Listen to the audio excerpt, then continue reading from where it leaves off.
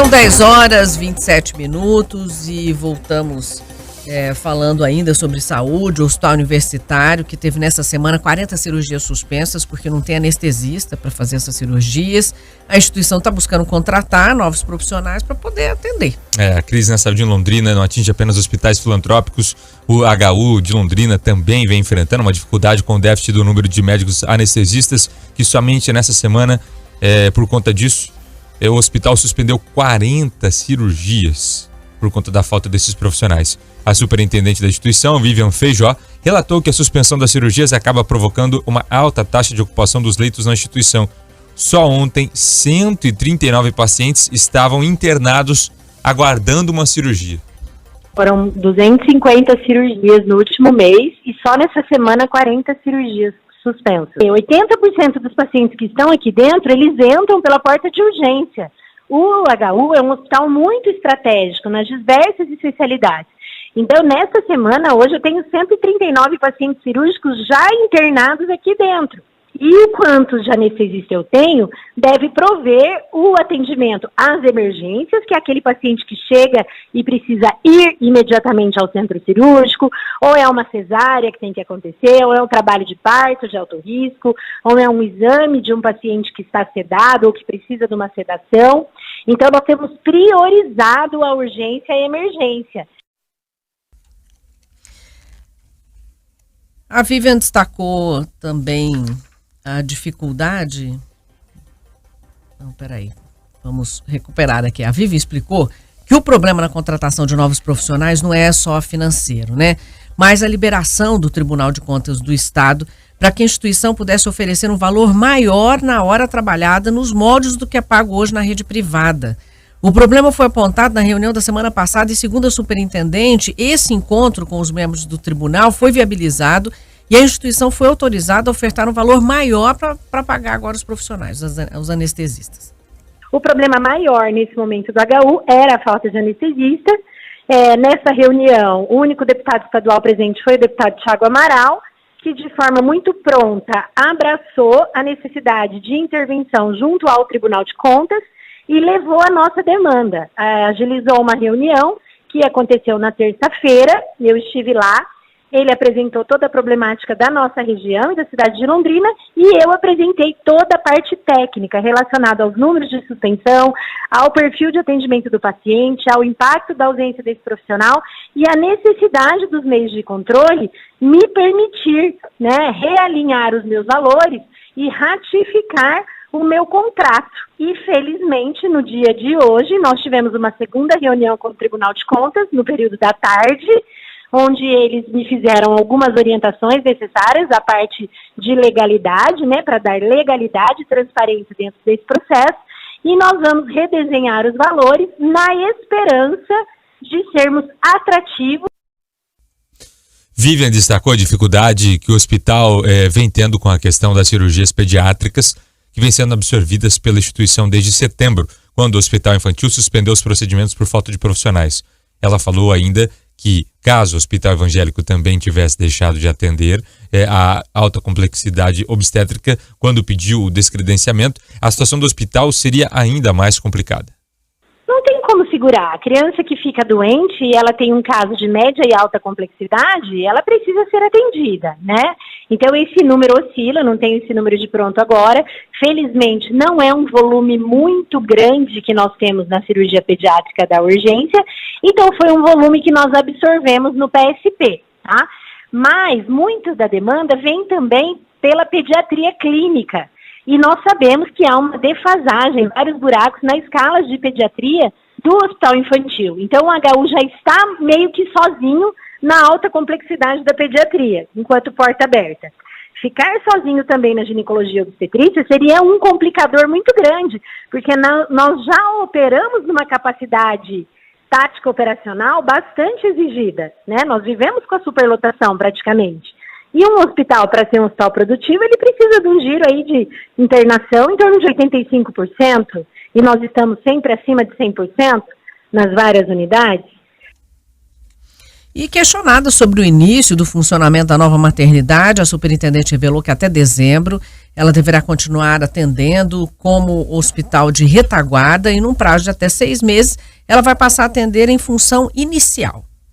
Nós temos esse prédio que foi pronto e que atendeu o hospital de retaguarda da Covid-19. Esse prédio está em operação com leitos de internação. Ele deu casa para os pacientes da pneumologia e da infectologia. E até dezembro nós temos verba carimbada para este perfil de paciente. Instalar uma maternidade lá de alto risco, e a gente pensa que esse prédio, como ele ficou bastante robusto e qualificado, ele pode ser um hospital da mulher e da criança, onde nós vamos ter também a UTI neonatal e a UCI neonatal, bem como um bloco cirúrgico. Nós temos 2 salas cirúrgicas lá. Então, requer equipamentos diferentes, profissionais com outra gabaritagem do que o atendimento aos pacientes clínicos. Hoje eu ainda tenho 10 leitos de UTI operando naquele prédio. Então eu preciso de um prazo para fazer a transição do perfil de equipamento e de atendimento das pessoas naquele prédio. Atualmente o HU atende pacientes de cerca de 250 municípios do Paraná e mais de 100 cidades de outros estados, principalmente São Paulo, Mato Grosso do Sul e até Rondônia. Raquel, eu vou até fazer o gancho e usar a pergunta da Maria Valadão, porque nós temos um problema grave na saúde em Londrina, estamos começando desde o início do programa comentando sobre esse assunto, e a Maria faz uma pergunta importante. Como pode estar esse caos à saúde em Londrina? Será que a pandemia reflete nisso, Raquel? A pandemia reflete ou já passamos pela pandemia e a questão é de gestão mesmo? Eu acho que de alguma forma a pandemia deixou algum rastro. Um legado. E essa situação aqui do próprio do HU, né? Porque a maternidade, o que vai ser a maternidade, dentro dessa complexidade toda que a Vivian falou, era o lugar que atende a Covid. Sim. É onde serviu como hospital de retaguarda lá para poder atender Covid e tudo mais, né? Então é o que ela falou, precisa fazer essa transição. Então, óbvio que tem sim. A gente tem uma demanda que ficou reprimida durante muito tempo, então as pessoas estão voltando a procurar tratamentos.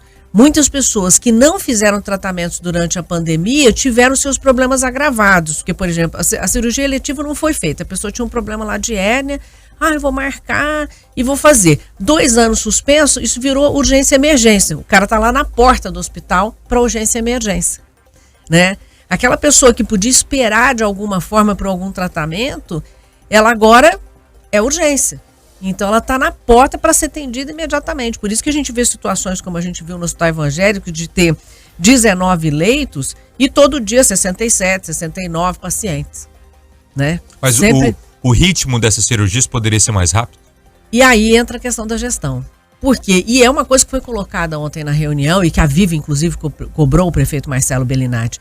Porque por que a gente não está fazendo até o momento as cirurgias eletivas? Por que a gente não está melhorando essa situação? Né? Por que a distribuição dos pacientes não é feita de outra maneira para poder melhorar também, ajudar essa situação? A gente sabe que não é única. A gente tem vários problemas que vão somando, né? Vem paciente de fora? Vem, mas foi o que o Sérgio Onofre falou, eles estão pagando para vir. Agora, será que está vindo paciente que precisa vir para cá, por exemplo? A pessoa vai fazer... Eu estou falando uma coisa bem doida aqui, que eu não sei se funciona assim, mas, por exemplo, ela está lá no Norte Pioneiro e ela, apesar de que o Norte Pioneiro acho que pega a 18ª regional, mas enfim, ele está num município aqui do Norte, ele vai fazer uma laqueadura. Ele precisa vir aqui para uma urgência, emergência, ou para um atendimento eletivo aqui para o hospital daqui. Ele não pode ser atendido, por exemplo, em Cornélio Procópio, em outros hospitais menores aí pela região que podiam estar suprindo essas coisas que não são urgência e emergência, na verdade. Eu até falei que era urgência, não é. Por quê? Porque a gente desafoga aqui. E isso tem acontecido bastante, pelo menos é isso que os hospitais falam, que recebem muito paciente que não precisava estar aqui, que podia estar resolvendo em hospitais menores. Essa situação do Zona Norte e Zona Sul. Por que ele não está operando em capacidade máxima? Por que ele está operando mais ou menos? Né? E por que o município não contratualizou? Eu não estou aqui acusando o município, é que não tem essa transparência. Essa informação não chega até nós para a gente saber por que é que não. Eu ouvi a promotora falando, não tem contratualização, mas não sei o que está acontecendo. Então eu acho que tem muitas coisas. Tem a questão da pandemia, mas tem essa situação de gestão também que precisa ser totalmente revisada, né? Precisa realmente de uma mão um pouco mais firme nesse sentido aí, de uma dedicação, porque igual eu estou falando das eletivas. Segundo consta, o dinheiro chegou em março do governo do estado. E o que foi feito até agora? E aí vem as críticas na nossa live, Raquel, porque o William Hamilton coloca assim, na minha opinião, a problemática está na gestão. Maringá também teve pandemia. Entretanto, a gestão na saúde de Maringá é bem melhor do que Londrina, opinião então do William. Já o Fernando coloca, pois é, Maringá tem o Ricardo Barros. Ele fala sobre o deputado Ricardo Barros, que a gente já comentou isso aqui, consegue levar muitas vezes muito mais verba para Maringá do que a verba chega. A força política do Ricardo Barros é inegável, né? E ele agrega todo mundo lá na região, e não dá para negar isso. E aqui nós temos deputados que não vão nem na reunião. Não vão na reunião. Vai um deputado, né? Consegue resolver uma coisa ou outra, mas assim, não podia estar todo mundo somando força? Onde estão as criaturas que ganharam a eleição?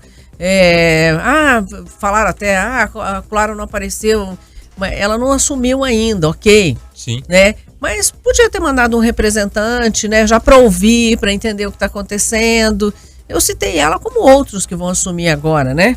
E a maioria que se reelegeu. Né? Que é a gente maioria, só viu lá o Thiago.